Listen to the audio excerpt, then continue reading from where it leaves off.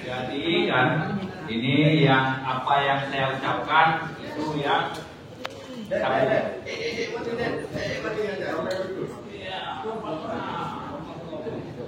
sini semua.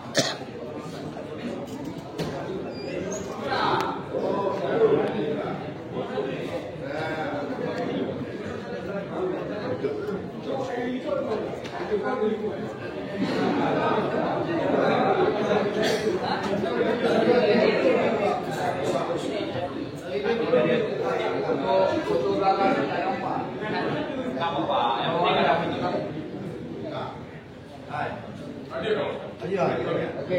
Apa? 1, 2, 3. Tunggu. Ini kan belum saya kasih bagaimana acara. Nanti apa yang apa lagi? Nanti apa yang saya sampaikan itu yang dijawab dan yang dijawab oleh Ustaz. Nanti setelah itu ketika saya nyatakan mualim di depan gubernur, petani sejahtera. Oke, siap. Mualim di depan gubernur, petani sejahtera. Tani Merdeka Jaya. Oke? Siap. Baik.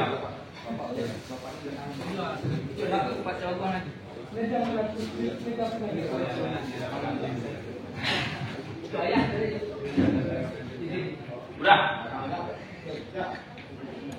Tani Merdeka Aceh. Apa yang saya katakan itu sudah dijawab. Tani Merdeka Aceh. Tani Merdeka Aceh Mendukung dan siap memenangkan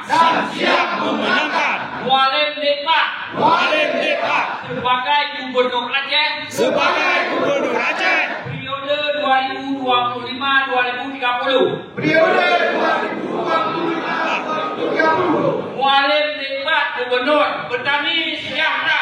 Mualim Depak Gubernur Petani Sejahtera. Mualim Depak Gubernur Petani Sejahtera. Yang dikatakan Mualim Depak Gubernur Petani Sejahtera. Mualim Depak Gubernur Petani Sejahtera. Mualim